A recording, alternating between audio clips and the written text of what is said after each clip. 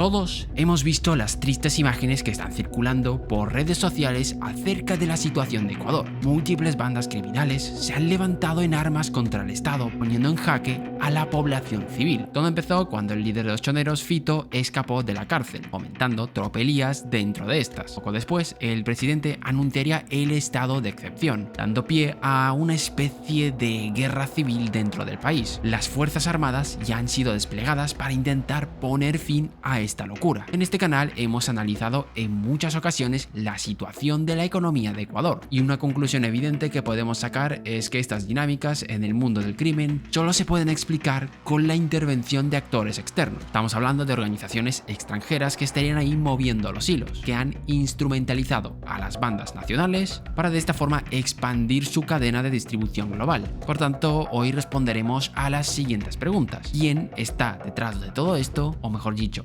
¿quiénes? Y cómo se han ido instalando poco a poco en Ecuador. Esto y más lo vamos a ver en el vídeo de hoy. Así que no me enrollo más, poneros cómodos, que empezamos.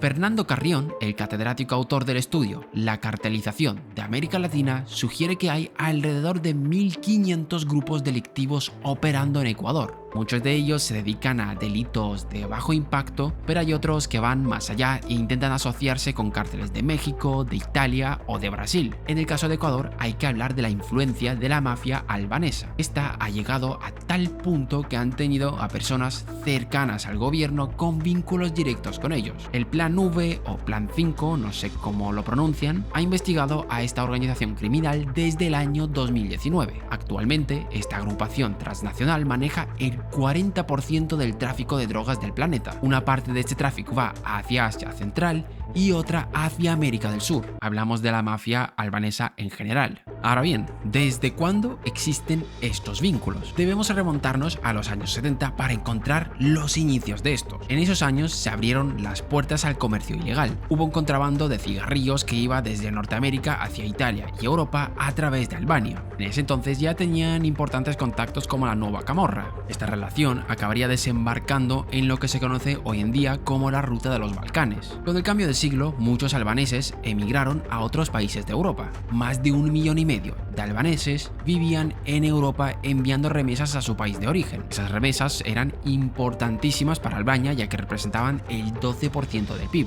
Y los negocios que llevaban a cabo en muchos casos eran, tráfico de personas y drogas. Para el año 2000, los albaneses ya controlaban buena parte del mercado del Reino Unido, y ahí es cuando quisieron dar el salto hacia Sudamérica. Este salto se dio a través de sus conexiones con las redes italianas. Los albaneses inicialmente trabajaban como conductores para traficantes italianos en puertos de Ámsterdam y de Rotterdam, facilitando la recepción de grandes cargamentos, pero decidieron dar el salto y establecer conexiones directas con los proveedores de Latinoamérica, específicamente Colombia y Ecuador. El periodo clave fue el periodo de 2008 y 2009, que coincide con la llegada de Albert Zehag, el principal traficante albanés de Ecuador. Este paso por Italia no solo ha facilitado el acceso al mercado sudamericano para los albaneses, sino que también ha quitado otra barrera, la del idioma. Al ser italiano y el español idiomas bastante parecidos, no les ha costado tanto adaptarse a la nueva región. Y no solo importa el idioma, hablamos de un territorio en el que es bastante sencillo establecerse por la debilidad de sus instituciones.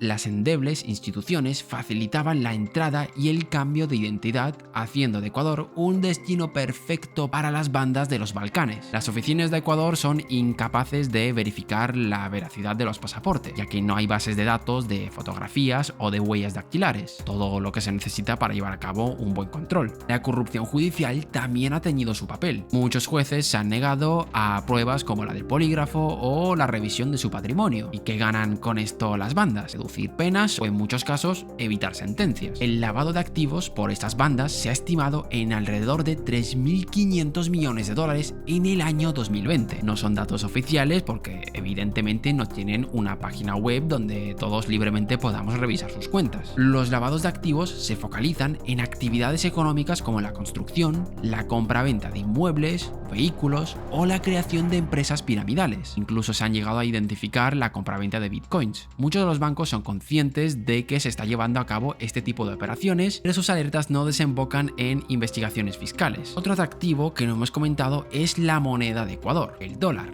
La economía dolarizada es una gran ventaja ya que permite que sus operaciones se denominen directamente en esta moneda y evitarse así líos cambiarios. Que ojo, esto es solo un añadido. En México y en Colombia sabemos que también está este negocio y sus economías no están dolarizadas. Sus objetivos son ciudades portuarias, para de esta forma contaminar los contenedores escondiendo sorpresas en las mercancías. Y el puerto principal es el puerto de Guayaquil, el cual tiene bastante importancia como veremos a lo largo de este vídeo. Las autoridades son conscientes de este problema, pero debido a la sobreprotección que tienen estas bandas, ya que están armadas, poco pueden hacer. Muchos de estos albaneses se disfrazan de empresarios exitosos, pero que evidentemente su riqueza no proviene de inversiones inmobiliarias y otros tipos de negocios, que solo sirven como pantalla. Así es como poco a poco la mafia albanesa se ha ido estableciendo dentro de Ecuador. Las instituciones no han logrado frenarlos y han cooperado estrechamente con las bandas locales.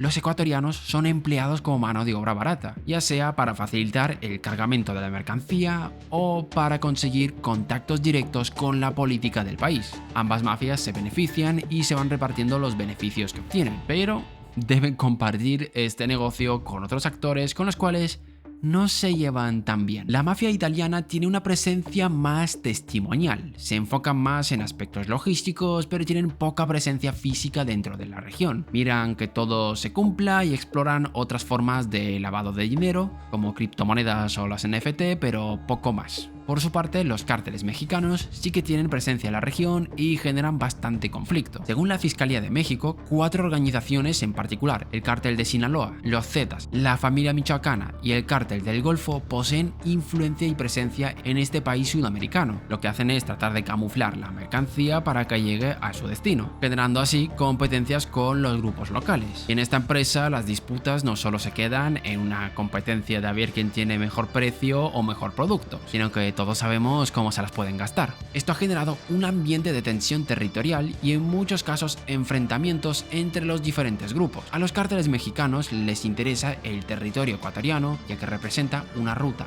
más segura que la de Colombia para llegar a los Estados Unidos. El sector que usan para hacer esos chanchullos es la industria bananera. Los cárteles mexicanos almacenan sus productos provenientes de Colombia, Perú o Bolivia para luego reenviarlos a los destinos globales usando también el canal de Panamá. Como ya os adelantamos, a las bandas ecuatorianas esto no les hace mucha gracia. Según informes de inteligencia policial, hay alrededor de 6 bandas que compiten en este mercado de crimen organizado de Ecuador. Los choneros, que mantenían un fuerte monopolio, perdieron gran parte de su poder en el año 2019, dando lugar a nuevas bandas como los Tigrones, los Lobos y Chong Killers. Desde entonces, estas bandas y las mexicanas han estado en constante conflicto, elevando aún más los índices de criminalidad del país. Y no podemos olvidarnos de su país vecino, Colombia.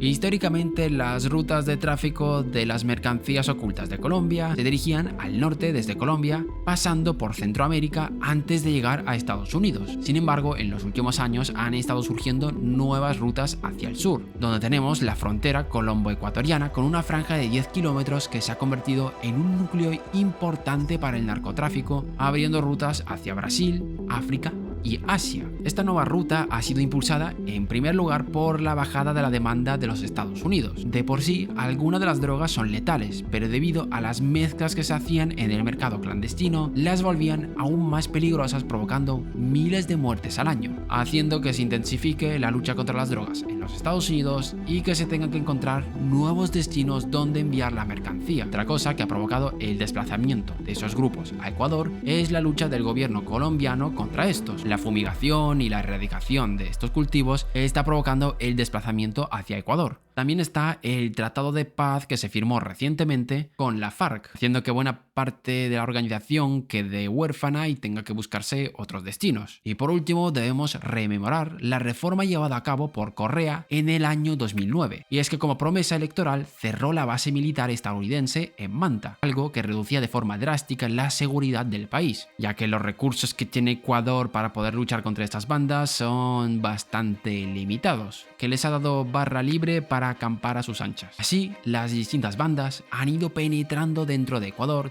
desembocando en la desgracia que estamos viendo estos días, donde hay secuestros de colegios públicos, ataques contra civiles y una situación de casi guerra civil. En este vídeo hemos visto cómo distintas bandas se han ido instalando en el país debido a su posición y su endeble gobierno, desde bandas albanesas, las propias bandas ecuatorianas, colombianas, mexicanas y en menor medida las italianas. Han montado entre todos una enorme red de influencia que va a ser bastante complicada de desmantelar. Veremos que las cosas se calmen y esto no vaya más. Y hasta aquí el vídeo de hoy. Gracias por vernos un día más. Si nos veis desde Ecuador, os mandamos ánimos.